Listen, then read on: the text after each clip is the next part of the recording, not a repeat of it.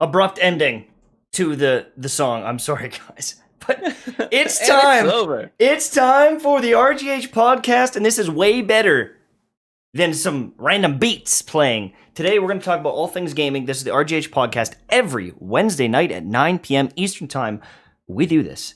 I'm Mtashed. We've got KackisHD, and we've got True Hot Buns Vanguard. That's his me. nickname. That's what they call me. Yeah. You know? Who calls you that? Everyone. Before we dive into it, we got to announce our winner of the giveaway. Yes, we do. So, he walks away. Hey, so last week we decided we were going to give away some advanced GG. Well, rather, it's a $50 store credit, basically gift card code for you. And the winner of that giveaway was Mamba_dog831. So, Mamba Dog, if you're up in here today, we're going to get back at you. Make sure your DMs are open. We'll hit you up on Twitter with that code. Sound good? Congrats. Yep. Thanks, Advanced GG, for sponsoring us. Bang, bang, gang, gang. And now you can get some delicious flavors, Pog, or use code RGH for 10% off. Just saying. I mean, you could use code RGH. If you didn't win Now and you want to drown your sorrow in Advanced GG, just use code RGH. I've been trying your flavor. I got to tell you your flavor. It's pretty good. It's nice. Thanks. It looks like my payment went through after you said that. Yeah, that's right. Yeah, the really direct deposit. So yeah, exactly. Today we are going to talk about a bunch of stuff. We've got some Destiny 2 stuff. They made some pretty big balance changes. Outriders players are furious for two different reasons. One of them being balance as well. The other one being their entire inventory getting deleted in a looter shooter. So that sucks. Call of Duty has a crazy bug that is essentially banning their players. Sony is remaking what? And then we're going to talk about Epic Games losing a bunch of money. And maybe a couple other tidbits like Path of Exile if we have time. Because I want to talk about Path of Exile. But we'll see. We'll see. So let's get started with the Destiny. All right. So people that actually play Destiny, fill us in. Fill us in because I've got no idea. It's a lot of changes. That was a pretty girthy twab. Probably the thing that was probably the most controversial change was that they're removing Quick Draw. Not from all aggressive frame shotguns, but they're removing it from the Astral Horizon and the Felwinter's Lie. And replacing it with Surplus, which, by the way, is a fantastic perk. And by the way, you can get quick draw speeds even without quick draw on those things. There's ways to make it happen. And there's several videos out there that are like, listen, guys, it's not a big deal. Here's what you do. So in the long run, is it going to change a lot? I don't know. But that was the thing that's most controversial. I think it's still a big deal now. Fallout's like, oh, it's still going to be top dog. Probably right. But it's like the fact he's never right about anything. The fact that true. The fact that you can't like just automatically get a plus 100 handling all the time is a big deal. And I think people are trying to downplay it and say, oh, you can just put on 2, shotgun dexterity mods or whatever and targeting. Yeah. Exactly. Here's the problem though. That costs a lot of your resource, like your armor energy. And I don't know about you guys, but I'm generally pretty full. And it's like, am I going to have to sacrifice a reloader perk, sacrifice like, high energy fire, sacrifice, the friends perk that gives you plus 20 mobility. I use a lot of charge with light mods. Exactly right. So it's like, if you don't use any charge with light mods, no big deal. But if you like, these things are going to have a real, like 5. These things are going to have a real impact on your build, and very importantly, it means that you're actually going to have to use more than one brain cell when you're picking a shotgun. You're actually going to have to like think about which is the best one. So I think it's a good change. But importantly, I want us to say, Tash, because Tash kind of said, how often, like, 50% of our videos are baiting if Destiny 2 is dead or saved. You know what I mean? So it's like, does this really matter in the grand scheme of things? But it's important to note that this is like one part. They're going to be unveiling more changes, and this is a pretty significant part. Like, this is going to impact a huge part of the meta. So it's one of those things I want to ask you about, Tash. It's like, stasis has already been nerfed quite a bit. It's still annoying as heck, but definitely not as bad as it was when you quit. Now we're getting, the shotgun apes calm down quite a bit. Bastions calm down, with this nerf. So it's like, how many changes would they need to make for you to be willing to come back? They'd have to make Destiny 3. No, okay, so They just nerfed 120s as well, right? Or they're in the process. Yeah, they're going to do they're calming it down a little bit. a range pullback, minor. kind of halfway between what they used to be and then the current state, right? I guess so, yeah. And that's kind of cool because 120s have been pretty dominant. I haven't really played with them. Not gonna lie, I haven't touched them since they came out. So I don't know how good they were, but insane. You know, I was always a fan of the 150s, just the feel of them. And they're dead now. No one uses 150s. Complete missed move by Bungie right there. Right. And I don't know. I'm curious how much the changes even make me care because I just don't know how much I enjoy sniping someone anymore. And I don't know how much I enjoy shooting someone with a shotgun anymore. I have a weird feeling that I think I'm just like perpetually burnt out on Destiny. And you know, I don't know what they could do to bring me back at this point, other than PvE content, which is weird enough, because I don't want to go back and grind Rumble every day. Like, if they added some crazy weird end game or some rank system that maybe made me want to kind of compete and like go in there, for sure. But the rewards in PvP are meh. Trials, I find Trials the most boring game mode ever. I mean, I think you guys even probably remember, like, Ryan, you, Hovey, and Manigator were playing Trials like all the time. Even in the first game, and a lot of the weekends, I just wouldn't play it. I would just play Rumble instead because I've never loved Trials. It can do amazing things for your channel if you want to do carries, but like one of the main game modes in the game is one of my least enjoyable game modes. And so, you know, I don't know if PvP is ever going to change to the point where I'm like, I got to get in there. That's the sad thing. The reason I ask is because it's like an interesting debate. It's like, these changes, I think, are good, except for some of the PvE changes I'm not sure about. Like, they're nerfing the Lament, and they're also nerfing the Fallen Guillotine. And the only reason I'm not sure about that, like, it's very logical that they would nerf them. They're such a high part of the meta. But it's like, why give it to us and find, like, swords are finally good. They see a lot of play. People enjoy these weapons. And it's like, and 2 seasons later, they're like, all right, dial it back. And they nerfed swords last season, too.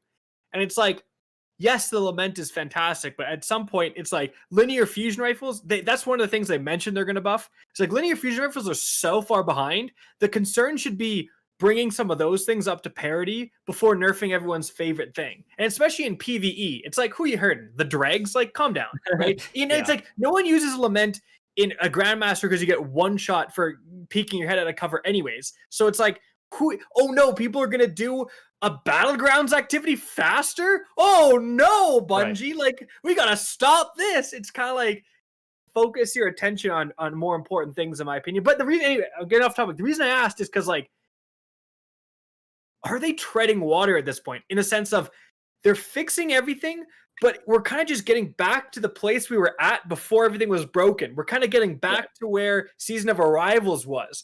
And it's like, I think at this point, they need to not just fix the game, they need to add new stuff, have a huge influx of new maps, have like new modes, a new maybe a scoring system or some sort of like ranked system that the rewards actually matter. I don't want to just play Midtown anymore. Like, yeah, I don't know what to tell you, but I just don't want to. I don't want to do maps it. in the game are still beta maps. Everyone's like, chapter 4's up, let's go. It was a beta map. Endless fail, yes, let me beta map.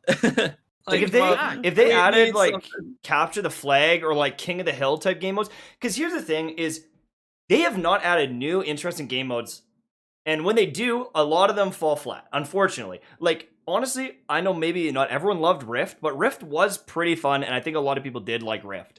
It was unique, it was different, it was unique, right?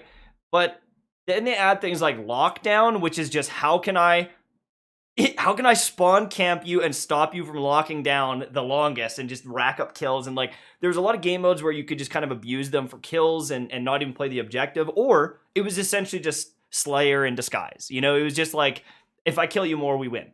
They needed more, because if they add a new playlist, it's like, who gives a crap? Mm-hmm. It's like, it's fun, people have fun, but it's like, I feel like if they're going to do something, they add back Rift, but then they add a whole actual ranking, like a Halo 3 style ranking system. And you can only play Rift if you're ranked like 30 to 50. So only the best people can play ranked. You have to get your rank up. Or sorry, only the best people can play Rift. And then Rift gives like double rewards or something. Or like a way higher drop to get the Crucible exclusive gear. So everyone's trying to get their rank up so they can unlock. Like, I'm like, not saying they force should, them in, like funnel them in, kind of I'm thing. not saying they should 100% do exactly what I said, but something along those lines where it's like an actual mechanism of play. It's not just like we have all these random game modes. They all give the same rewards. So like, what is the point? And we'll talk about that in Outriders, but it's like, I'm just going to do the one that ends the fastest if I want rewards, right? Right. So that kills a lot of their potential game modes. Here, And the same thing is with strikes. That's why the Proving Grounds, the original version, couldn't be that long. Or like it's the Grandmaster again. No one gives a crap because it's hard. It's like, well, Yeah. I'm just gonna wait until I can select the Grandmaster and do the easiest one. right. Here's my thing: is I feel like there's so much because we've been playing it for so long. Like it is 100% a me issue. Like I understand it's a burnout issue, but I feel like the game is so methodical that it's like, all right. In this Trials game, I'm going to go to this lane, I'm going to hard scope it, I'm going to get a pick, we're going to push in. Like, it feels very methodical, and even when I play a lot of the other PvP maps, it's like, all right, these are the main lanes I should hold down, and I play really aggressive because I get bored, and I just want to slide in with shotties and just do whatever I can to make a big play. But if they did add something like a capture the flag, or if they did put in something like, what's it called? King of the Hill.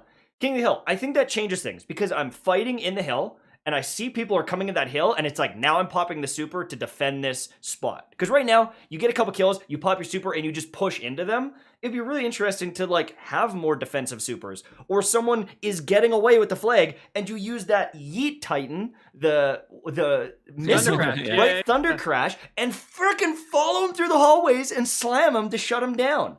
Right? I feel like something like that, changing the gameplay up and, like, giving some of these maybe... Like what's the Chaos Reach? Chaos Reach, people kind of abuse it, but you know, what if there were some maps where you've got a really good sight line to the flag and you can shut it down from a distance? I would love to see things get creative. That's 100%. That's what I need. But again, you need to pair them with certain rewards. Have Slayer all the time, or Clash all the time, and then you have like Gold Clash or like Elite Clash, and it's only the top ranked people. You have to be a certain, like, again, that ranking system. I think that would be so healthy for the PvP, because then it would funnel the hardcores there so the dads don't get crushed, right? If they're just trying to have fun. No, but you know what I'm saying, right? Like, it kind of alleviates, it gets the hardcore people to go, but there's better rewards. So you're like funneled towards trying to, something like that. You can't just add random game modes that come and disappear with no incentive to play them. Yeah, like a limited time mode in Apex or something like that, where it's like, maybe you get some... And what were you trying to weigh in with that, Ryan? I was just going to say, I'm going to circle back to something that's been said since Destiny 1 launched that I think adds a whole lot of replayability to a game that's repetitive, like Destiny can be. Forge mode and theater mode. Yeah, that's so hard to do, though. It's hard to do, but literally, hear me out. What Bungie ended up doing with Halo is they said, let's just give them one big sandbox. Right? They gave us that big, it was like the OG Blood Gulch, and then it had another separate island, and then the big hangar, and then it was just a huge space, and players could modify it as they saw fit. So it's not like we don't need it with every map, but if you gave us a sandbox and said, here's a map, and here's some modifiers, you can modify the map and make some changes, put cover here, whatever, make your own maps, and they would be pretty, honestly, they would look pretty primitive, probably, you know, just like the Halo 3. Well, look at Foundry. Yeah, like Foundry, by the time the game was done, like, most of the MLG maps were built in Foundry by players. That's exactly right. Exactly right. And like some of the funnest game modes, like Griffball, was just like Foundry leveled out with some modifiers, right? But, I just you make funny stuff. Yeah, you're right. But with this engine, with what the tools they're using, I don't know if it's possible to create a Forge mode. Like, I literally don't. So you could, but you could have that same concept. Let's say every season they have a community competition. You're able to submit maps. So people submit like drawings and of what a map would be, and the artist could get in on it. And then people vote on the map, and then Bungie makes that map. But they haven't even made their own maps. They're not going to make our maps. Like, they haven't even made a map in 2 fucking years. The last new wave of maps was Forsaken, and they all got cycled out because they're terrible. Yeah. How the heck? Yeah. And you know what? It's also like, man, that's so freaking true. Like, it's like, we can't even talk about them adding Forge mode. Just make some more maps. What are you guys doing over there? It's so true. Like 2 years, no maps. You know what's also crazy? It's like the maps aren't even. I feel like they try to over perfect. If a map is bad, take it out after a while and replace it or make some changes or something, right? Like for God's sakes, just do something. Just make some map. People complain about Call of Duty having 3-lane maps because it's too simplistic. The Trials map last weekend was a damn 2-lane map. You could go 2 different ways. And it's like, how is it that hard to make it? You go this way or you go that way. That's it. I can make this in a weekend. You know what I mean? Yeah. Like, come on. I mean, that's the thing is like the maps don't have to be amazing. They just have to be different and something new and just like honestly, if you put a map which is like one room with 5 dumpsters in the middle and that was the only cover, people would play it and be like, this is weird, it's hectic, it's crazy, but it's different. And people would play it. They might get tired of it quickly, but honestly, at this point, if you just put an open field and with like fast spawns and just like made it like a crazy free for all on a field, I would probably like that more than the current maps, just because it would be take like a patrol area. Like take with the first area where Devram is. That's a map. You got the building in the middle. Outside, you got some random cover. Like you can go inside the buildings. Boom, there you go. There's a map. I just want Octagon from Halo. That's all I want, and just to 1v1 people and work on my shot. That's like, and like I know people will hear this and it's kind of unfair because I'm sure if like a dev heard this, they'd be like, "Oh my god, guys, it's so much more than what you're making it." But like, come on, it's been 2 years and no new maps. Yeah, it's what are you doing? A perception thing. Like you can say making games is hard over and over and over again, but it still doesn't change the way that the community interacts with the content that you've created.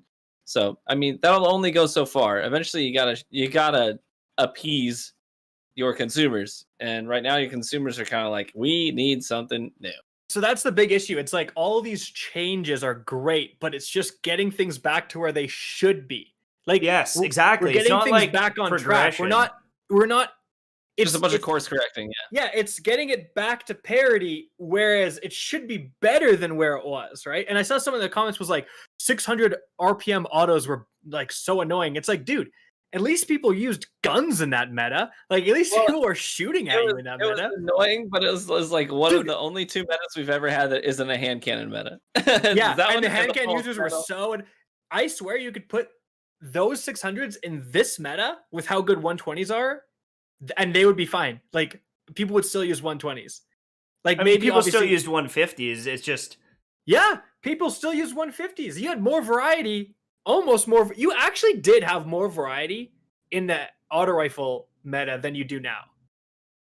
Because like the only it's 120s and Dead Man's Hand. That's it. Right. That's the only primaries you see. Yeah, the Dead Man's Hand I think is a big issue. Dead Man's Tail. But it's tail. It's exotic. TNT isn't a problem on console, though. I'll tell you that right now. It's just PC. People spamming hip fires and that's what I did all weekend. For across the map. I think we talked about balance quite a bit. I want to talk about the other community base that's raging right now, Outriders. So fun game, like we like it, but they've had a few hiccups. They had a lot of server issues, but now. Literally the day after we did the podcast, they rolled out a patch nerfing some of the most popular builds with the the volcanic rounds and the poison rounds or whatever, the anomaly rounds, because they're very, very strong. But they didn't like buff all the other stuff. They didn't buff anything. Really, yeah. Like you would think that, because when I was playing the game, I was like, you know what? Some of these abilities, they don't feel good. They don't feel very great against some of the stronger enemies. I feel like they need more. And so when I saw that they were going to nerf the rounds that were doing very good DPS, insane DPS, I figured they were going to kind of bring those down, bring the other ones up or something. But they didn't really do that. And they actually made a lot of the enemies tankier. So it made the abilities innately feel worse. Like a lot of people were like, well, now I feel even weaker. And I still have to use the Vorpal round or the anomaly rounds. Because if I don't, I get shit on even harder. So it's a weird disconnect. Unless you're Ryan. I got a different take on this whole situation. I know a lot of people are upset, but here's the way that this is the way I see this whole situation with the nerfing of anomaly rounds. I think anomaly rounds made endgame content and toxic rounds were nerfed quite a bit as well. It was those two are the main ones hit. Right. Well, no, when I say anomaly rounds, I mean twisted rounds, toxic rounds, and volcanic rounds. That's the blanket term for all of the buffed rounds sorry, I that misunderstood. are used your anomaly power. So the way that they buffed or nerfed anomaly rounds, I think it's okay, because the way I see it, these abilities made endgame content too approachable too early. Okay. I think the way that they saw this game going was, hey, you're going to have to grind up your world tiers, and then you're going to have to cobble together a build. You can do some lower tiered expeditions, CT up to, like 8 or whatever. But if you want to push into the further ones, you've got to take the time to refine your build. And that's what I've had to do. I'm currently running a pyro build that does not use volcanic rounds at all. And it took me a long time. I've got about 40 hours in my pyro right now, and I'm just now hitting the higher CT levels. And it's all an anomaly build, and it took a lot of meticulous time to get the right rolls, the right mods on my armor to make this anomaly build, and it works. I'm telling you, it works in these higher tiered. You can ask my buddies I was playing with yesterday. I was out DPSing anomaly round builds that they were using with my full anomaly build, and it's like, it's possible, but they got to that point a lot faster because all they did was cobble together a couple of perks, a couple of armor mods, and their anomaly rounds, and they rode on that all the way up to CT 15. I literally did exactly what you're describing. When I leveled up my Pyromancer, I transferred over the ultimate bleeding rounds or whatever, and then dismantled it, so because you can do that to get whatever mods you want on whatever character. And then every single gun, I just use the highest DPS gun, put ultimate bleeding rounds on, have vampiric mag on, infinite ammo. And then just combine it with the anomaly rounds that you're using, and you just beat the entire campaign like that. Easy, no problem. So I agree that they should have been nerfed, but I also think it's like, it always feels bad when you get an update where it's all nerfs and literally 0 buffs. They didn't buff anything. And there's certainly some abilities that could have used some buffs. And also, I think a frustrating thing about abilities in the end game is, like, so many enemies resist any sort of what's it called when you resist interrupts. So, like, they're doing the ultimate attack and you have an ability that's supposed to interrupt, and they're like, resist, bro, and then freeze you and screw you over. And you're like, what's the point of me using my abilities if the whole point is I'm supposed to interrupt these characters and I can't? Like, why would I get close and risk dying and losing time if it's not, if it's not going to be a hard counter? It depends. It depends on the combatants in that expedition. Some of the combatants have. I mean, all the combatants that do those big interruptible attacks, they show very clearly on the ground, here's where it's going to hit, here's where you need to get. With, like, the crawlers doing the laser beam, it's like, what are you supposed to do? Unless you're right near cover, you're dead. You're going to get hit with it no matter what you do. Yes and no. And even if it does hit you, that thing's not a one-hit kill. I mean, it hits you, it freezes you, you've got some time to make something happen. And you've got time to plan for it. He's got to charge that attack up. So you can make a decision. What do I need to do in order to make sure that I come out of this alive? I'm going to get hit by this thing. And I kind of like that. I don't have a problem with the crawlers right now, even when I get hit by that thing, because I've got several different methods of healing myself as soon as I come out of it. Now, the other thing is, unfortunately, people... Well, we'll get into that in 2 seconds, but I think overwhelmingly, the community response was a little bit negative. I think most people would agree with you, TV, in the sense that anomaly rounds were a bit too much, but I think a lot of people wanted to see some buffs. And another big thing that hurt was they nerfed weakness, or no weakness, being vulnerability. So you weren't able to. So when you're vulnerable, you're like debuffed, and then you could put extra damage. But they did this to nerf the anomaly rounds builds. But what I heard is that for Devastators, they relied a lot on weakness too. So they got nerfed kind of, and people were like, dude, this is what I was hearing on the subreddit. People on the subreddit were actually saying, I'm Devastator. I'm so weak, or at least in other people's perception, when I join games, I get instantly kicked if I'm Devastator. Because people just don't want me. They rather have a guy with anomaly rounds builds. And I know there's good Devastators out there, but just the perception. So it's like you inadvertently wrecked or hurt Devastators, and they did not deserve any sort of nerf. Not saying they're super weak, but they certainly didn't deserve a nerf. I think one of the big issues is, if you're jumping in Diablo, you can't just go into the highest grade of Rift and just do it. You have to grind your way up there. I think the issue is kind of what Ryan was saying too, though, was like it was really accessible to push through and get those anomaly rounds builds going.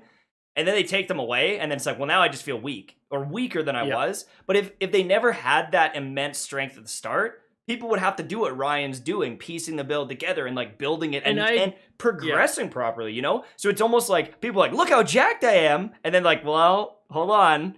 And so it's kind of a feels bad because everyone's now investing in those builds because they were the strongest. It's just like a weird timing thing. If it wasn't poorly balanced from the start, no one would complain. People wouldn't be getting into, World Tier 15 just yet. It would take some time and it would be an achievement to get there. But it's almost like people were there and then they just weren't. And it's like, well, what the hell? So you're still the best builds. Like, I still can run tier 15 on my Trickster, on my, especially Technomancer, with anomaly round builds, no problem. It's just like they're a little bit worse, right? I don't have an incentive to make a new build. I would have if there was buffs to other abilities, but I don't. So that's the problem. I think it'll come. I mean, it's hard to expect a full sandbox tuning of that magnitude where they're nerfing this, buffing this, nerfing this, buffing this to really refine things. It's hard to have that expectation 2 weeks out of the gate. You know what I mean? So I'm willing to wait. And to me, it reminds me of Borderlands 2. I don't know if you remember Borderlands 2 when people started hitting the end game right off the rip. There was one thing everybody had to have if they were going to be farming bosses at the end game level, and that was the B shield.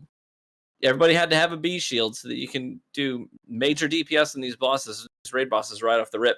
And then they ended up nerfing it, and then everybody had to do this whole thing. Everyone was so mad on the forums for a few weeks, and then people started piecing together some different builds. Like, hey, now hold up, this combination here is actually really nuts. You know what I mean? And so I think that it's going to follow that same kind of trajectory. There's the big bad thing. Everybody's got to have.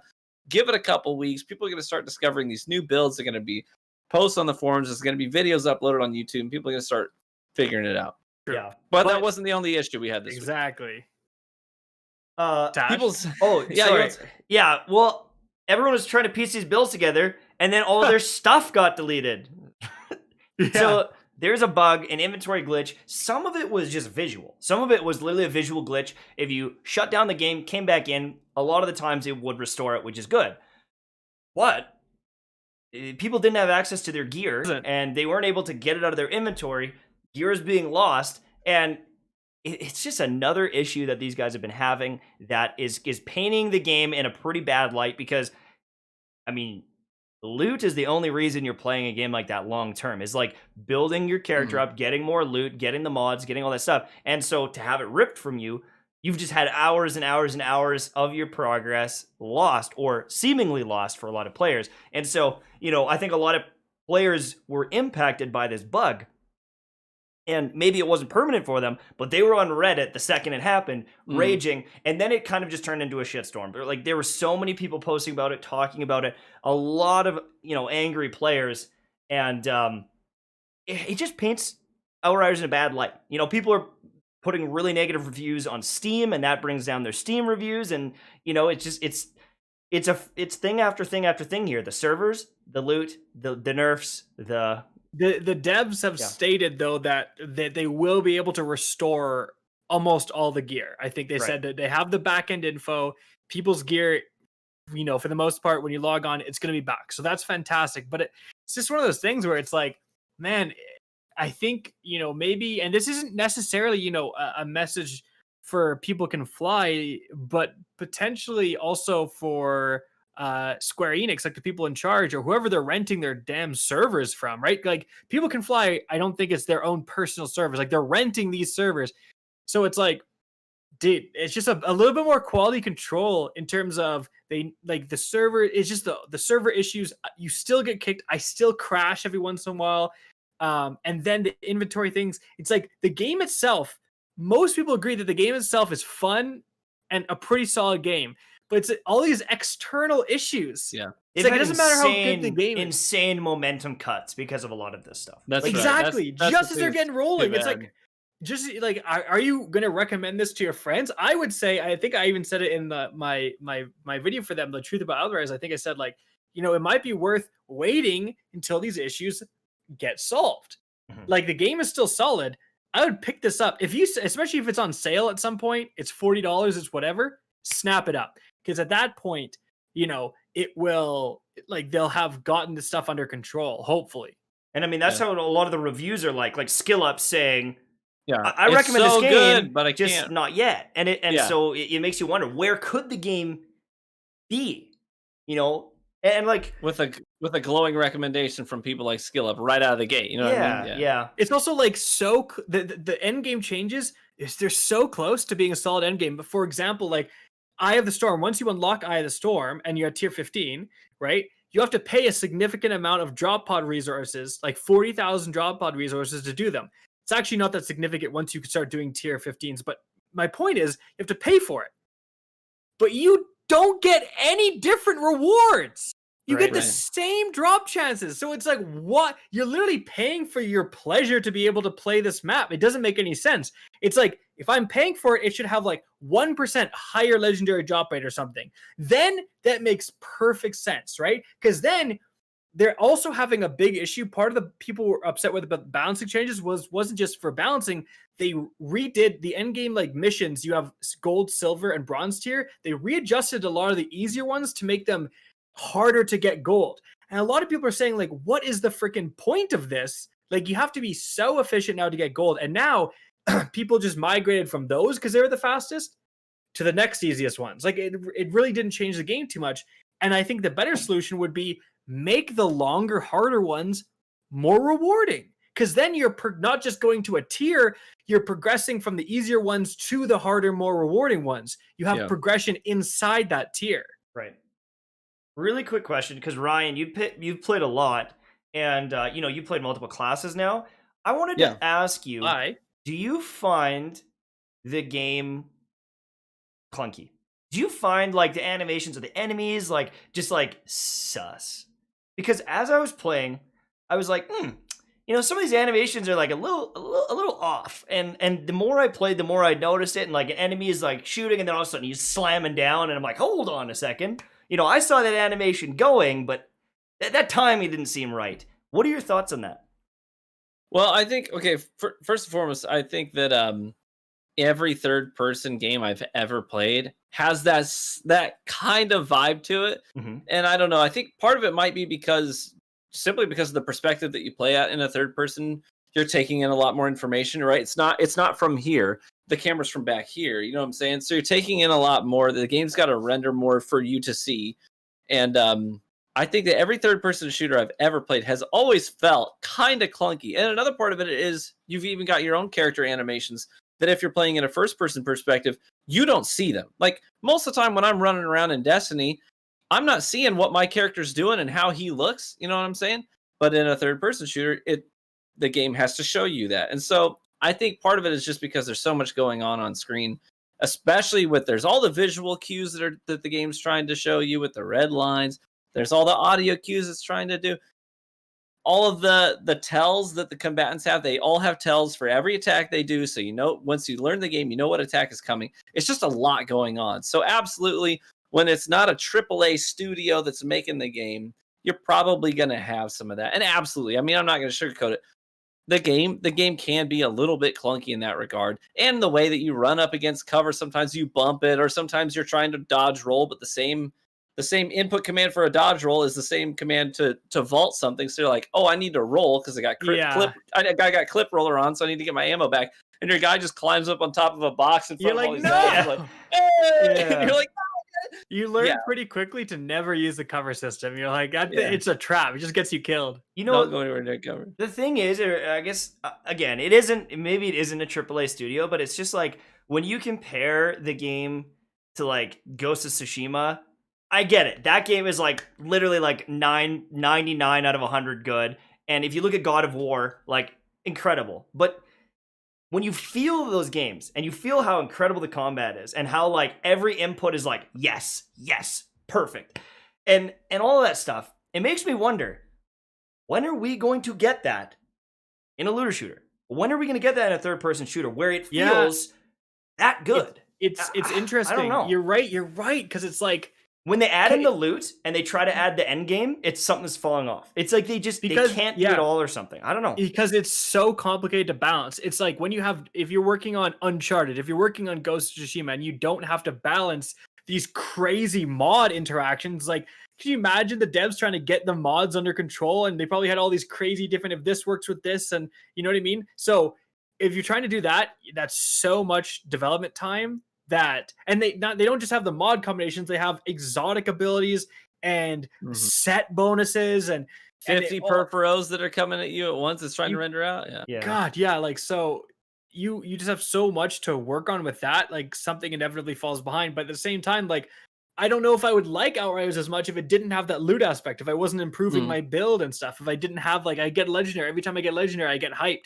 That's a huge reason I'm playing the game. Yeah. So I would say that the movement of Anthem feels better than Outriders, but the shooting of Outriders and the abilities feel better than Anthem. yeah, Like- that's fair. Like I felt like the flying and all that stuff was really smooth, but the guns were awful. But in this game, like, I enjoy shooting, and like I feel like overall the targeting of abilities is really good. I would say that it's just like Division doesn't have that like magical fantasy, like that power fantasy the same way. Like, it feels very bullet spongy and kind of boring at times.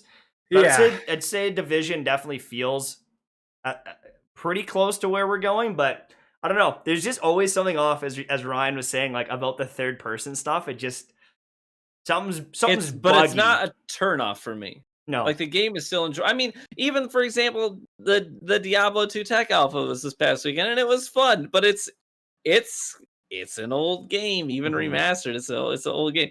So I mean, something that's kind of unrefined isn't an immediate turnoff for me. Right.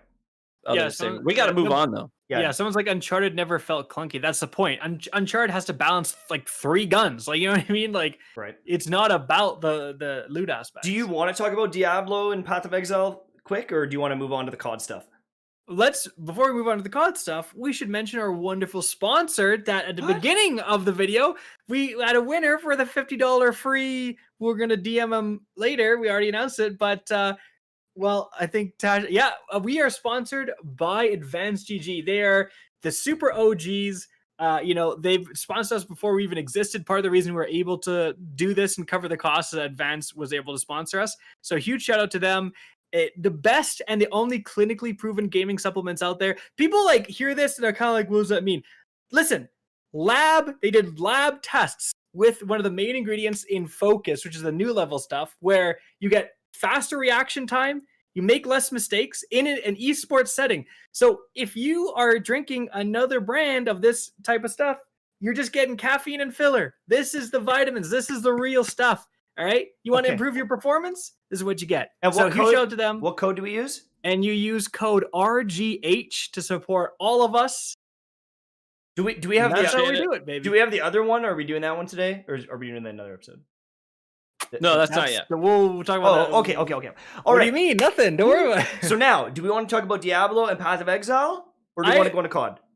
I don't really want to talk. I played a tiny bit of Diablo. I didn't play a lot of it. We could talk about the COD stuff. Let's talk about the Diablo Path stuff at secret topic number 6. The COD stuff is absolutely hilarious. Like, you're a COD expert here. Unless it happens to you, then unless it's it not happens to you, dude. Call of Duty, their QA is like one guy in a basement somewhere. Like, I swear, like, what are they doing? You would expect Activision, Call of Duty. These are massive franchises. So here's what happens for people who don't know. Holy crap. So this past weekend, Call of Duty had a big update. And the newest Call of Duty is Cold War, which is a Treyarch game. Treyarch games always have a huge zombies following. And this one is no different. A lot of people spend a lot of time in zombies.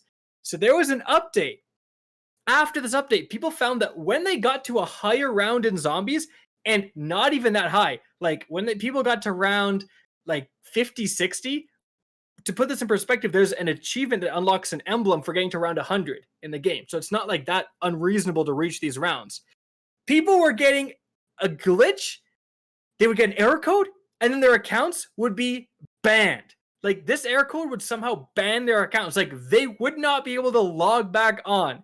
Now, I haven't got the latest update on this, but from the last I heard, people were just avoiding zombies like the plague and just saying don't play until they get this fixed.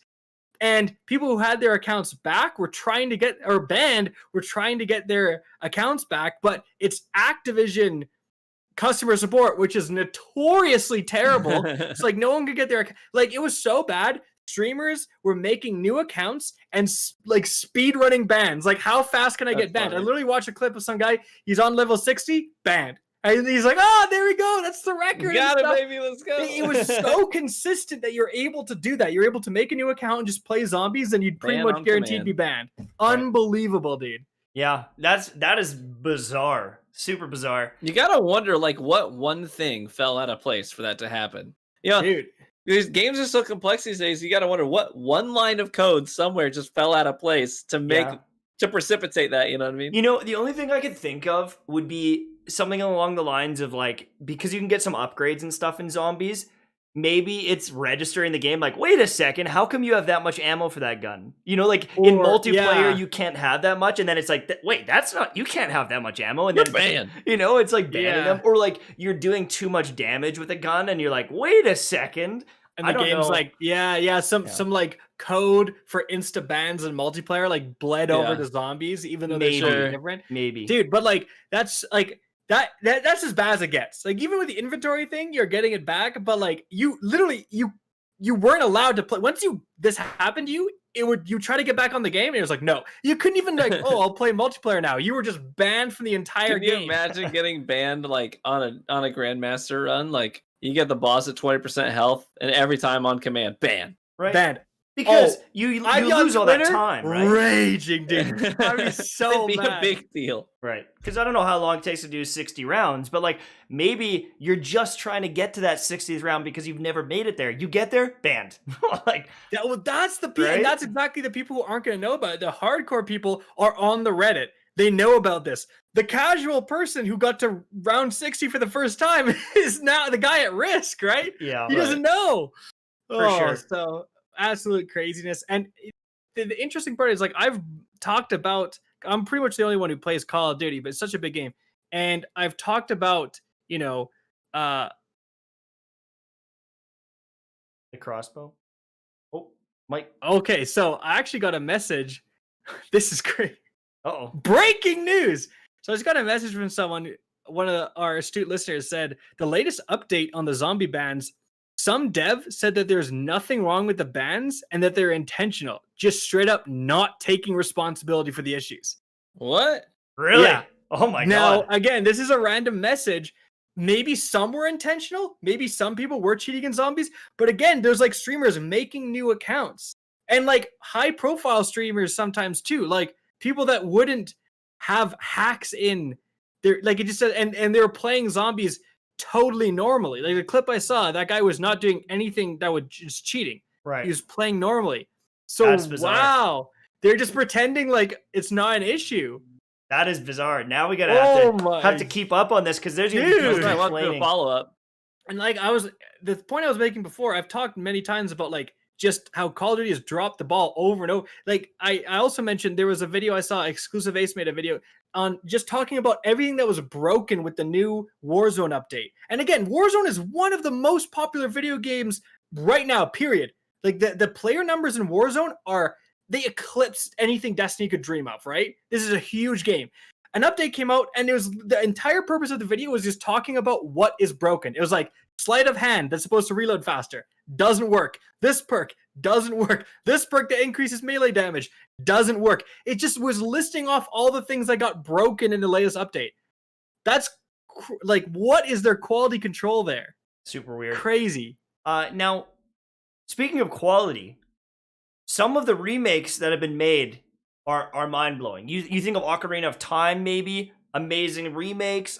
We've seen A some, new some one? other games like Final Fantasy VII, right? Mass Mass Effect. Effect. The whole trilogy is getting remade, Right. Coming out like in about 30 days now. And when you think of a game that's like, we need to remake that, you probably are going back into like maybe Metroid Prime. Maybe Dude, you're going back oh, into man, don't right do that to Super me. Mario All the RPG. fantastic, even right? Sony games. We got like the older Crash Bandicoot type of games. Like you got so many games you can choose from. Right. So what game would you say doesn't need a remake because it's so current that it looks better than the maybe one that majority had of a- games? Maybe one that had a sequel just, this past year. Yeah, 1 year ago. Last of Us is getting a remake. Sony has announced this week. Thank And God. everyone's reaction is Why? why? Like, literally, It's every single person's reaction was like, "What's it? Why?" Like when you remake. So one of the coolest things you could do it. Speaking of Diablo, is you could press I think G, and I tweeted out this if anyone wants to take a look, but it would swap between the old graphics of what it was when it originally came out, and then now, and it's such a stark difference. It's like how it's far gonna we've be the come. same. It's If so you crazy. did that in the new Last of Us remake, the You wouldn't even graphics know would it's a get difference. better. They'd go up. We'd be like, "Whoa, what game is that? It looks incredible." Yeah, no, but that's the point. It's like it shows how far we've come. And Last of Us was on like what, PlayStation 4? It was 2013. 2013. It was That's 2013 not title. even like PS4 games looked good. Like it's like, oh, I can see 3 more pixels on her face. So like what the hell? I mean, maybe if it's like a frame rate thing and like all that, but they're pulling But, like- a Skyrim here. No, not even a Skyrim. You could just Skyrim just update the re-released game. it, right? But like they're remaking it or what are they doing? Are they Right. adding more content? What? They're not going to change So- the story. It's a perfect story. They're not going to Yeah. like remake it, or they're not No. going to redo that. I don't know. It's just silly, and everyone's like, because I would guess, I would spitball it, but I'd get it wrong. I don't remember what it is, but they paid a fair amount of money. There's a fair amount of cash investment on Sony's side to make this project happen. I forget what the figure was that I read, remake? but yeah. No, yeah, they got to fund the development of it. I know, but still, like, because the developer's like, why? Yeah, that's right. Because I don't. Correct me if I'm wrong. No, I'm not gonna spitball. I won't do it because then I'll It get was on called out in the PS3. comments. People are saying it was on PS3, but it was remastered for PS4. So maybe it is a frame rate thing. Is they Okay, want PS3. like the freshest version on PS5, good frame rate, 4K, and like It wasn't that long ago, though. yeah, Like you lose that nostalgia feeling, right? Like when I think back on a game, I get nostalgic. It's like if I think back of a game that just came out, I'm not nostalgic thinking back. Like it feels like it's not long enough ago. like and that's the thing is like if you remake Oblivion and give it like insane like okay. I'll buy that. Dude. Okay, like some of So the fast. Zelda games, like if you like, even they did with Ocarina of Time and Majora's Mask, they gave it a refresh, and it just looks better. And it's like, damn, okay, sweet. Yeah. And like I feel Dude, like there I'd are get behind so many Oblivion. games like that. Like if you took Zelda Twilight Princess, put it on PC, and like up the frame rate, it's like pog, absolutely do it. And if you're reinventing the game where you're taking Final Fantasy VII and you're making this remake one, it is a very different game, different experience. But like it is a reimagining overall of that game, and it's a very fresh experience. But like, what are you going to do with The Last of Us? Like, are you going to make it not a third-person shooter? Are you going to make it like? Wendler in chat actually made a pretty decent point here. They're doing a Last of Us TV show with Pedro Pascal, the guy that plays the Mandalorian, as Joel. And so maybe it's a thing where they're trying to, maybe they're going to drum up sales, because how many people are going to watch this show? Because Pedro Pascal is all the rage. There's people out there who are like, I know nothing about The Last of Us or video games. But if Pedro Pascal, the man who I have 7 naked posters of in my bedroom, is going to be in a show, I'm going to watch it. You know what I'm saying? And so people are going to be like, oh, this is based off a video game. Maybe I should play. Maybe there's some sales there. Okay, conspiracy time though. Conspiracy time here though. So that kind of throws a wrench into this, because I was originally going to say, do you think that it's a bad time because Last of Us 2 was very controversial? A lot of people were not fans of the storyline. Like they got very invested in Joel. bad things happened to him. I'm just gonna say that. And so they just were not happy with the storyline. I'm not saying that some people really like it, but a lot of people didn't like it. That's undeniable. A lot of people were unsatisfied with the storyline. So I was gonna say, you know, is remaking it kind of a bad move coming off of kind of a controversial game, right? Mhm. But now, because of the TV show, do you like? It's like, yeah, of course you're gonna remake the original one that everyone loved, and because no one wants to buy the new one that just came out and was also controversial. But also, what if it isn't Joel, the original Joel? What if it's this exact same game or almost identical, but it's Pedro playing him? Because you have the new show, and that's everyone's Oh, interpretation you put of him Joel. in as like Yes, a new. he is different. Joel. Oh man, they admit that would people would be irate. Gamers, that's like, the thing. maybe- You would sacrifice the gamers side of it. The gamers would hate it. Maybe the people who watch the TV show would like it, but gamers would hate that. Just have it like an option. You can switch him back and forth okay. between it. Here's another one though. Okay, so if you look at Full Metal Alchemist, have you watched Full Metal Alchemist, guys? No. No. Like Okay. Brotherhood?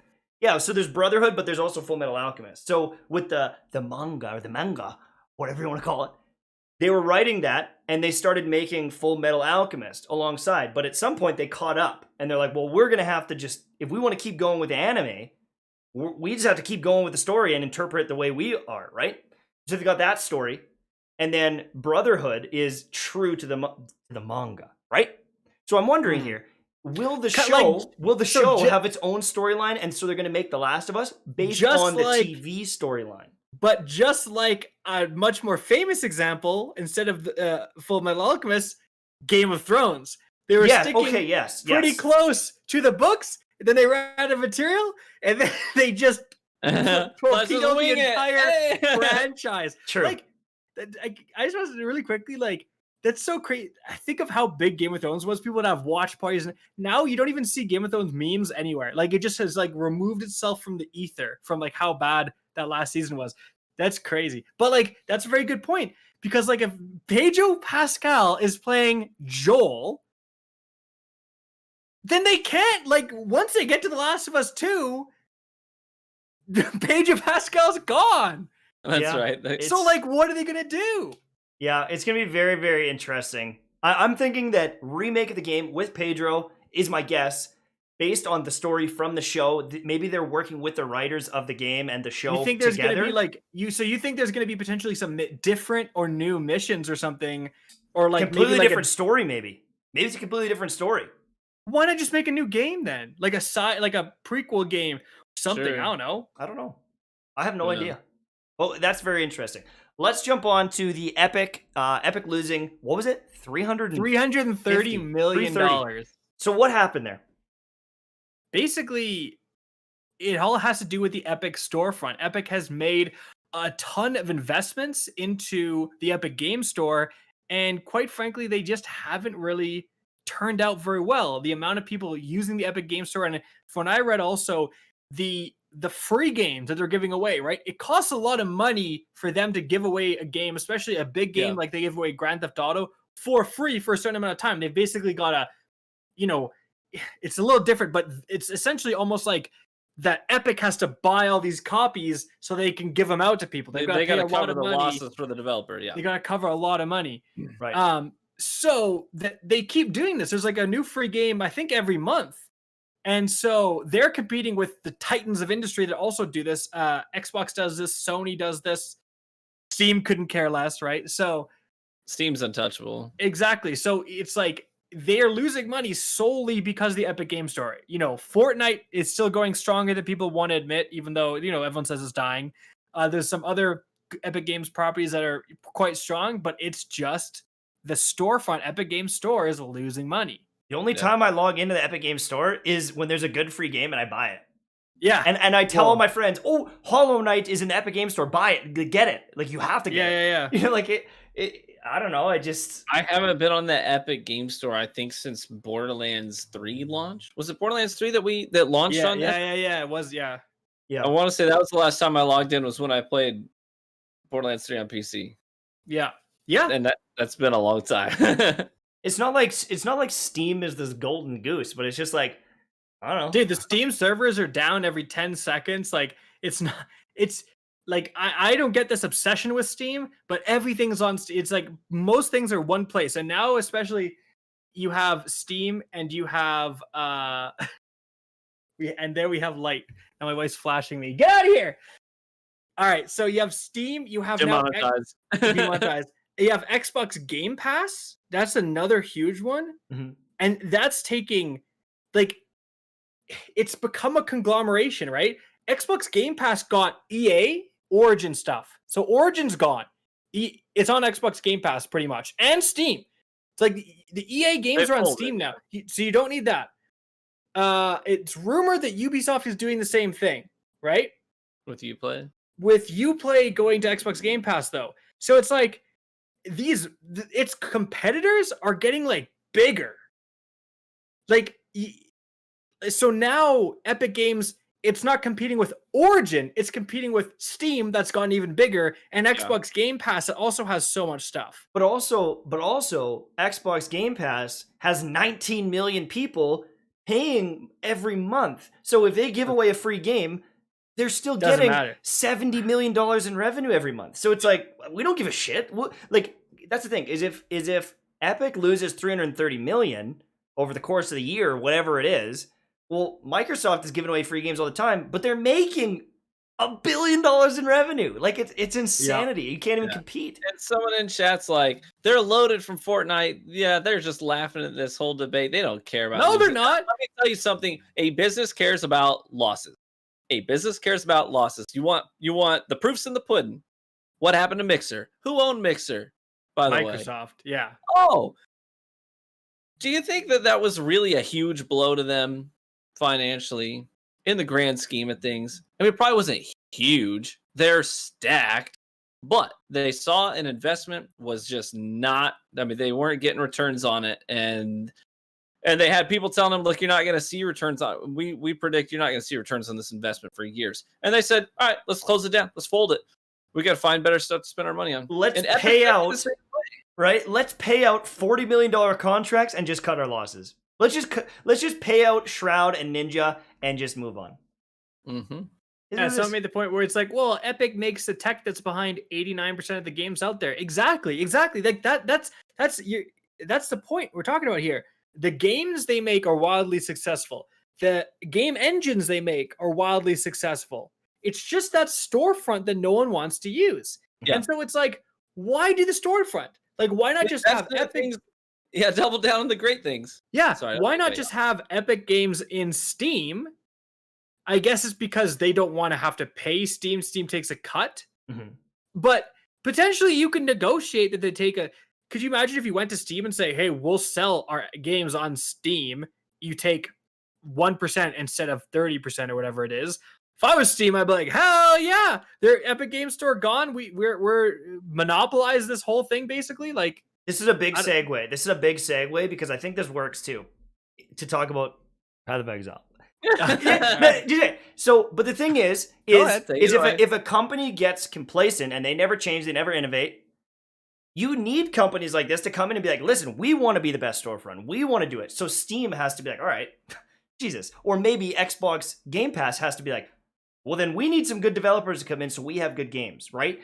And so that competition is a good thing. So they might be eating money, but it's probably good for all of us. All these gamers it's probably a benefit to us long term. Well, because now you get free games on like all these. You could literally, if go to your PlayStation, get a free game. Go to your Xbox, get a free game. Go to Epic Game Store, get a free game. You know what I mean? Like, right? That competition's huge. It's great. And you know, that's the thing is Diablo has been like the ARPG forever. Like, that's like the main game. Everyone's like Diablo. And Path of Exile has been growing. It's been doing really well. And it's been building this big audience. And one of the things I wanted to talk about was they did do the tech alpha for Diablo on the weekend into this week. And it had insane viewership. On that first day, like 400 and some thousand people were watching it. And whether it's an old game or a new game or whatever, people love Diablo. And I think that I was actually surprised with the numbers when it first came out. But Path of Exile did an announcement, and the viewership went from Diablo 400,000, it just went, and it completely flipped. The second that Path of Exile stream started, they lost 350,000 viewers, and it all went to Path of Exile. Path of Exile had 500,000 because they I were didn't know this. announcing. What? They were announcing a new season, but they also started announcing Path of Exile 2. And everyone in the chat was like, oh my god, this looks amazing. The searches for Path of Exile 2 going up. Everyone is really hyped about it. It looks fantastic. And it comes into question. When are some of these games that are kind of trying to sneak into that market, they're going to take over? Will Path of Exile eventually trump Diablo? I don't know. It's hard to say because it's like, well, how can you beat Diablo? How can you beat Diablo? But Path of coming out. Pardon me, sir? When's it coming out? Path of Exile 2. There's no confirmed date. 2022. Okay, I thought, but like, if they beat them to market, that's the same as Diablo. we don't know Diablo yet. There's no confirmed date. Like, what I if guess Diablo's even 6 months 2023? later? Like, it's so interesting that for the most part, it's hard for these newer games to compete. But when they do it well and consistently, eventually, like, Path of Exile has to take over. What an unbelievable example of like an audience crossover, that you have this viewership literally transfer over. It's like nothing has ever been more clear that Diablo players are also Path of Exile players, and Path of Exile players are also Diablo players, right? It's very similar games in terms of like their style, and obviously the nitty gritty is quite different, but still, that is a fascinating like kind of experiment there. You got to see the transfer over, and so like part it's interesting. Like part of Path of Exile's success is that it came out when nothing was happening in Diablo. Diablo 3 has been going forever. They had the kind of major DLC, and then they added the Necromancer a little bit. And then that was it, though. Like pretty minor stuff compared to Path of Exile has been chugging along, doing new a ton seasons of content. every 3 months. There's a new season. They're rebalancing stuff. And also, Diablo 4 development is taking forever. So like Path of Exile just has free reign. Like all the players are with that game right now. Yeah. That enjoy that type of game. I think that if Path of Exile makes it more accessible, which I think in the next update they're showing, they're going to go into the gem system and and the passive tree, and I think that that's going to be kind of a make or break for if it, maybe not trumps Diablo, but if it really becomes a contender, because that's the biggest gripe is Path of Exile is very hard to get into for a lot of players. It is a little scary. A little unapproachable, yeah. Like if you're not following a guide like step for step, you're going to have a bad time. So if you guys want, this is a fun thing. After the podcast is done, go on YouTube and search people reacting to the Path of Exile skill tree, and there's montages of streamers being like, "Oh, let's check. What the hell?" They see it for the first time and they're like, "What the hell is this?" Because it is this insane thing. And when you play the game more, it's actually not as scary. But on first look, it's like, no way. There's no way. It's like getting punched in the face. Like, oh, yeah. And so, and the crafting system is so freaking complicated. Like I had to spend money on buying a new tab in my stash so I could actually organize my freaking, like all the little like chaos orbs and crap you get. Right. Like I had to. It ruined, like, it's like, so stuff like that obviously needs to be improved for Path of Exile 2, but that's like kind of I'm sure the main things that they're going to improve upon. Yeah. And I mean, even if it doesn't completely trump it, the fact that it's competing is really, really interesting. The fact that so many players are crossing over, because with Destiny, it's like Destiny or dead. Destiny, will this kill Destiny? You can't play both games. The audience is very dedicated to one, and they just don't seem to want to cross over to the other ones. Where, with Path of Exile, it's almost like a waiting game. People are just sick of waiting for Diablo. The second it's there, they'll be happy, but it's not there. So good example of this, like Path of Exile has been running wild, but so has Call of Duty. But Call of Duty has gotten where Path of Exile has improved and improved and improved with zero competition, essentially, which is why they have such a dedicated player base. You have Call of Duty doing the opposite. They're getting complacent. They're getting negligent. They're randomly banning people for no reason. They're breaking everything every update, right? Because they have no competition either, because there's no battlefield, which is their main point of contention. So it's just really interesting, like what lack of competition can do with, you have a developer that like really goes hard with Path of Exile and one that's getting very complacent. Well, multiple that are getting very complacent with Call of Duty. And honestly, I'm really excited to see what happens with Genshin Impact, because there's a game called Tower of Fantasy that tomorrow there's a demo, and people are like, what the hell? And then there's this thing called Project Barbecue that people have seen, and it's like this kind of anime RPG game. And another one, Grand Blue Fantasy Relink or something. Like, there's starting to be these games that are for a similar audience that, people might be moving away from Genshin if they don't start getting their content out at a faster rate, because people are bored. And if they've got a brand new MMO like Blue Protocol is slated for hopefully early 2022. If that game comes out and Genshin is caught with their pants down, people are just going to leave. Genshin's great. People loved it, but they're bored. And they're going to play the new hot thing, and they're just going to move. So, especially if they do it well. Right. Yeah, I don't know about the problem with Genshin is people have invested so much time and real money into Genshin. Yeah. It's hard to exit that. That's true. It's like sunk cost. They feel like if they give up now, the sunk cost fallacy. Yeah, but it's a real thing. Like, a lot of people feel. I mean, you have people, embittered Destiny people too. They just spend so much time. They don't want to play. They don't want to play anything else. Yeah, Right. that's true. All right, but I think it's time for RGH After Dark. Yeah, After Dark, baby. Where we used to do that. We used to do members only chat and ask some questions, but we thought, you know what? We're going to keep it open for everyone. So if you do want to become a member of the channel, you unlock some amazing emotes, some great emotes. Good. You support the channel, help us pay for the editor and so on. Click the link that's in the chat at some point. Tash got to find out. So fun fact, we're actually above 100 members. We're actually above 100 members. Nice. Thank you. After last podcast. So that's pretty sweet. Yeah, thanks, guys. So yeah, if you want to become a member, just click the link or click the join button right beside subscribe. And obviously, we prioritize member questions in the After Dark segment, but you do not have to be a member. Also, yeah, well, one of the main reasons is because our members would basically just to get us so off topic. You guys, they were no help at all. We love them, but they're no help at all in asking questions. But at this point, just ask whatever questions and we'll try to answer it. We had a couple of donations and stuff really quickly that I want to read out. For some reason, they're not showing up, but we got a new membership here. Brand new ones from the Brick House, Dylan Pickus, Jace as well. Thank you so much for the brand new memberships. Really appreciate it. You guys are cute. We had a decent question here. Someone asked, AJX asked if we had any comments on Ludwig's subathon. Do you guys see this? Yes. Yeah. The 30 days.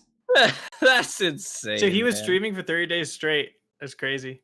It's just absolutely crazy. Brilliant. I can't believe no one thought of that before. He's going to retire. Like, literally, it'd be like one stream and I can retire. 200 and something thousand subscribers. So times $5. Let's say he gets to keep $3.5. Yeah. $3.5. Well, no, because he's so big, though. He probably gets more than $3.5. Some of it was for charity, though, wasn't it? Oh, of course. Yeah, whatever. Like, the guy, if he pockets some of it. Right? He's a multi-millionaire now and will be till the day he dies, which is great for him. It was that whole thing of is very entertaining. It was a very brilliant idea because it's motivate people to just donate more and more because it was just never ended. It was just how long is he gonna stream for? So it's just crazy. Which is I thought there was a limit to how long you could stream before it shuts down. Well, maybe he talked to them. I don't know. I mean, why would Twitch shut that down? I mean, they're making bank pretty too. Brain dead, but there was so much viewership on that. He would just sleep on stream, right? So, do you guys have a topic for Biomutant in a future podcast? Do you know what? I actually just heard about that game. It was just on my radar. We'll have to do some research on release dates and stuff, and maybe just kind of look at some trailers to see. But I just heard about that from someone talking about it in someone else's chat. I was watching. I see it. It's a picture of a cat with a sword. I don't know. Perfect. That's my perfect game right there. Listen, Biomutant. If there's anyone who wants us to cover Biomutant, talk to the devs. Get them to sponsor us. We're cheap as hell. And we're a cheap lay, and we'll play that game easy. Yeah, it looks kind of cool. Who would win in a Destiny 2 PvP tournament, America or Canada? America, because they'd have lower ping because our ping is trash. Yeah, true. Like if it's online, we would lose. Dude, Panda has like 2 ping compared to me, and I went back and watched footage of mine, and I'm convinced I'm not shitty. They would destroy me, but I went back and I watched the footage from their point of view and mine. I was like, that is not how that happened. That is not how it happened. 100% people have different connections to the game, different ping, and like there's footage of me, and it's like I'm not even around the corner on my screen, and they're shooting me. It's just unfortunately latency is a big issue. Now, if it's on LAN, I mean, I don't know where everyone lives. That's the thing. Yeah. Chances are America's gonna win because there's just more people. Yeah, it'd be you and Nkooch. Yeah. And who else? Me versus everybody else. Then we're done. We're done, bro. I mean, the thing is like with Canada and hockey, a lot of Canadian hockey players are amazing because a lot of Americans just don't play. But if it's like if everyone has access to it, it's just going to be where the biggest population is.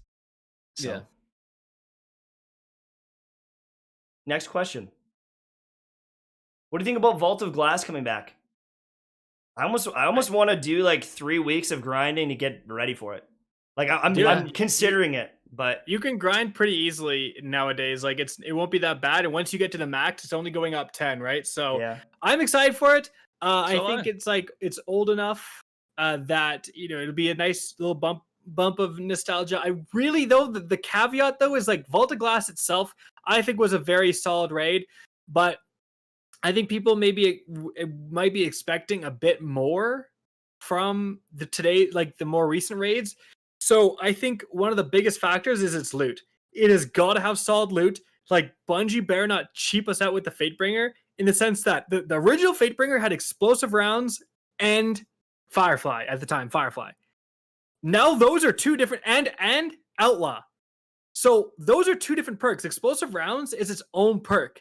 And it's like if Bungie gets cheap and is like, oh, it just has explosive rounds Outlaw. It's like, get out of here. I want all 3. Don't cheap us out.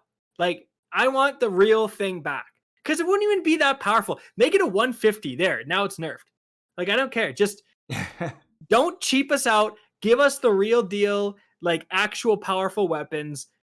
We've already been through how bad the game gets when you dial everything back. So just let it go wild. If it's too wild, nerf it. Who cares? We got a $5 donation from Paul Grant saying, it's true, dude. I'm in Nova Scotia with fiber optic internet, and I still have higher ping than people I play with in the States. Oh, yeah. 100%. Oh. It's awful. Like, even in Genshin I was playing, I had 120 ping to Genshin, and people were like, what the hell is that? Like, mine's 4 or 20. Christopher Sharp with a 50 bomb, absolutely funding us as well as buying his ticket to the couch tonight. Thank you, my man. Appreciate it. Ryan, I've always thought 140 hand cannon should 2 to the body, 1 to the head. I've always thought that. Actually, I think kind of an interesting question is like, Mtashed, why don't you upload Path of Exile content if you love it so much and play it so much? It's a bit old and saturated. There's just nothing for me to like cover and bring to the new. There's Zizaran, Ziggy D, Mathel, Imperium. Like there's a bunch of amazing content creators that have already said anything I have to say.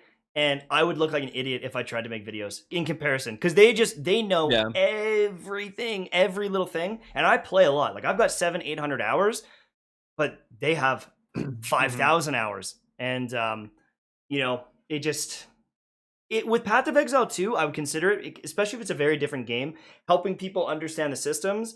The thing is with Path of Exile 2, if they're changing how the skill gems work and the passives work, and like it's a big overhaul of those systems, all of us are learning it. So it's kind of even playing field.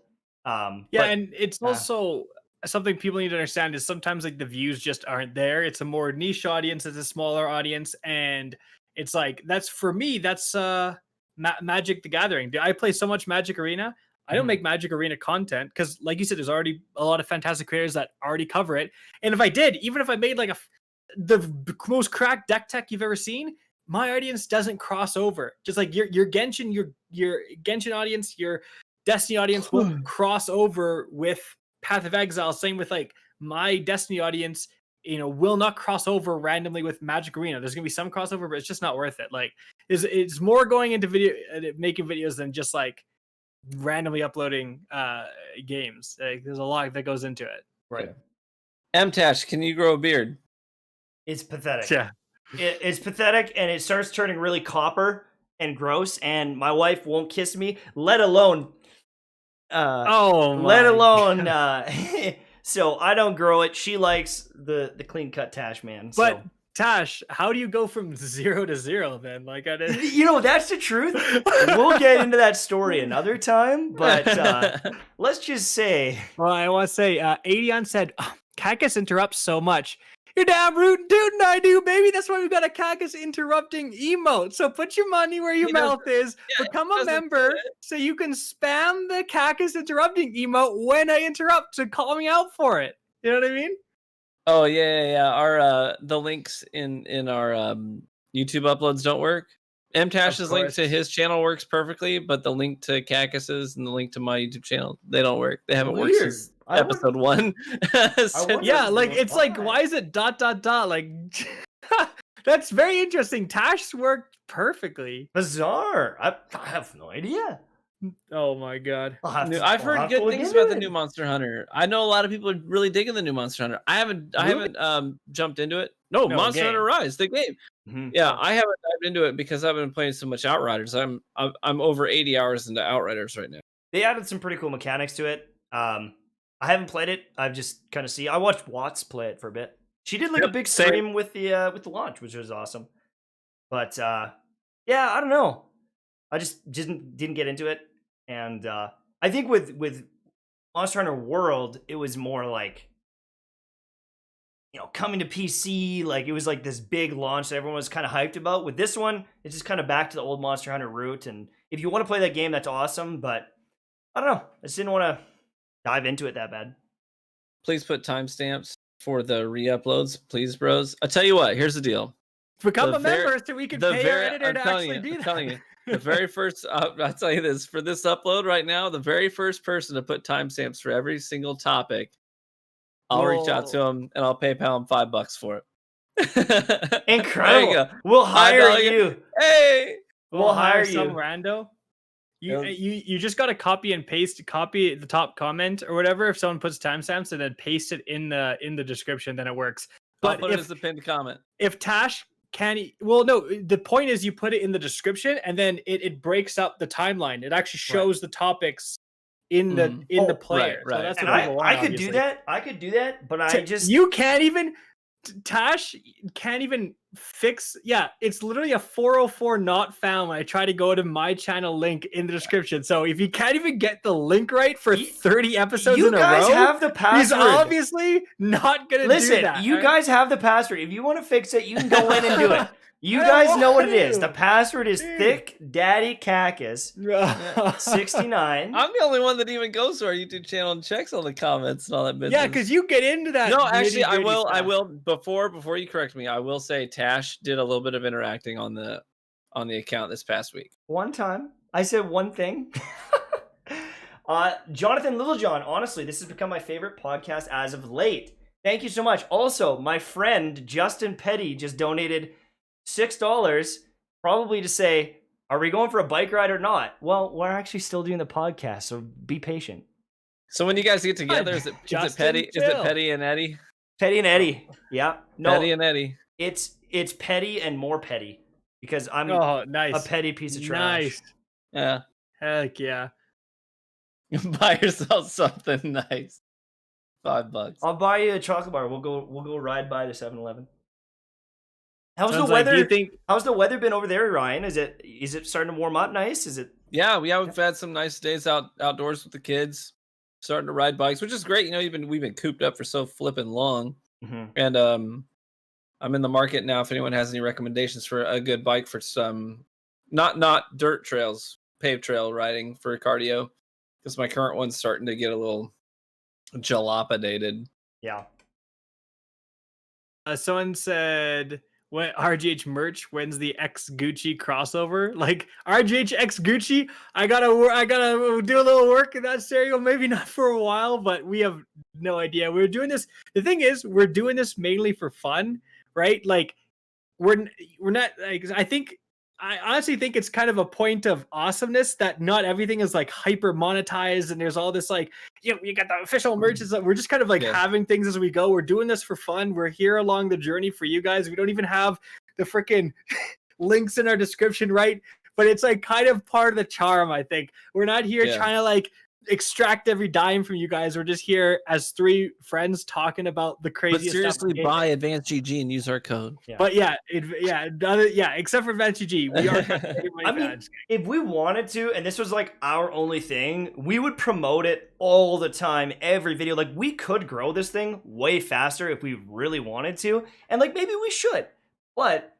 Like it's honestly like just a great. Fun. It's we get to hang out with our buddies and we get interrupted the entire time and that's great. Like it's so nice. It's so nice.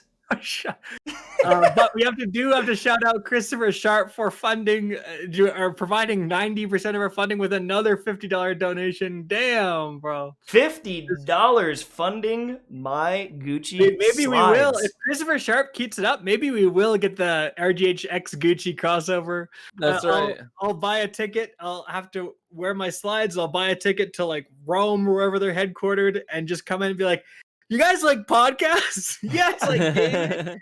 Do I have something for you? Yeah. Any other last minute questions, or are we done for this episode? Let's see. Any big bangers? I didn't see any major ones. Do you think the Witch? Oh, so this is actually a pretty good question. Do you think the Witch Queen will change Destiny 2 like the Taken King? And that's like a good question for, I guess, for you too, Tash, because like you're constantly talking about, I'll come back, maybe, but will that time be the next major expansion, which is Witch Queen? And this sounds like a major expansion. I mean, like I was kind of saying like I am on the cusp of the burnout being done, because every week that goes by, I'm like, damn, like I kind of want to just jump in and play for a little bit, and I kind of do want to get ready for the new update, and I've toyed with it. And, you know, the thing is a lot of people are like, oh, he's on Genshin for the views. And, like, absolutely, Genshin was amazing. But right now, if I switched back to Destiny, I think that, like, dollar for dollar, it would be a pretty similar experience. I think there'd be a lot of hype around it. And it isn't a money thing. It is literally a burnout thing. I'm so sick of Destiny that, like, I know if I go back too soon, I'm just going to quit again. And I don't want to do that. I want to go in there and enjoy it. I want to make fun content, but I can't fake it. I'm not going to fake it anymore. And, you know, but I noticed that urge to play is slowly coming back, because it's been, what, 3, 4, 5? No, it's been more than that. It's been almost 6 months. Because when was Beyond Light? November 22nd, maybe? So, I mean, I played the first week and a half of that, and then I haven't played since. I haven't played one day. So, I mean, that's a long time to be away from your main game. I think if you do come back, I mean, you might come back maybe for Vaulted Glass or whatever, but like if you really, for the people who kind of left with Beyond Light, I think the time that they really get reinvested is going to be Witch Queen, because like the important part is Bungie's also going to try in the sense that they know things didn't go well with Beyond Light. And I think that I've said this before, but it was a difficult expansion for them, because that they had to do the last gen version, and they were independent, you know, for that one too. So, and they were going on Game Pass. So I'm sure that took up a lot of their time, especially getting it last gen compatible. Like, so now they've done that. I think Witch Queen is going to be huge. I don't know if it's going to, I mean, like, if they are going to change up the leveling system, if they are going to introduce some new things, it's going to be in Witch Queen. Yeah, it's going to be a big one. I'm excited for it. Awesome. We got another $5 donation from Yellow Lemon. This is to help fund the emote I want of Ryan with a barrel mug on his head. Done. Where's that? Hang on. Oh, I like that. I like that a lot. That's a hard emote to make. That's pretty much it, though, boys, for this episode. We're going to cut it here. This is the RGH podcast. We talk about all things gaming, and we love it. We love it here. We love you being here, and we hope that you guys have been enjoying the podcast. Someone posted earlier that this has become their favorite podcast as of late. We hope it's fun to enjoy. And every Wednesday, 9 p.m., we're going to be there with the gaming news. I'm Mtashed. I'm KackisHD. It's the same order every time. I didn't want to interrupt. Apparently, you had something so interesting to say. If I didn't interrupt, this would be an hour and a half long of Path of Exile 2. Okay, so my god! My 7-year-old. It would be 30 minutes because we wouldn't have to listen to you ranting the whole time. Wait. True Vanguard, what are you drinking today? Well, I answered it in chat. It's a Kentucky rye called Chicken Cock. Chicken what? Chicken what? We're gonna get demonetized. Chicken. You asked. Let me see it. All right. Let me see it on. I want to see it in the thing. Let me see. I want to make sure it's real. Oh my god! You're disgusting. Why are you buying that? Okay, so I imagine you go to the liquor store and there's all these amazing, delicious bourbons and ryes, and you go to the one called Chicken Cock, And he's like, okay. This is the one. He's like, oh, okay. Yeah. Why? All right. That's it. All right. I'm done. I'm going to bed. Oh, yeah. There's nothing more to say there. Thank you guys so much for watching the RGH podcast every Wednesday night at 9 p.m. Eastern. I'm Mtashed. I'm KackisHD. True Vanguard.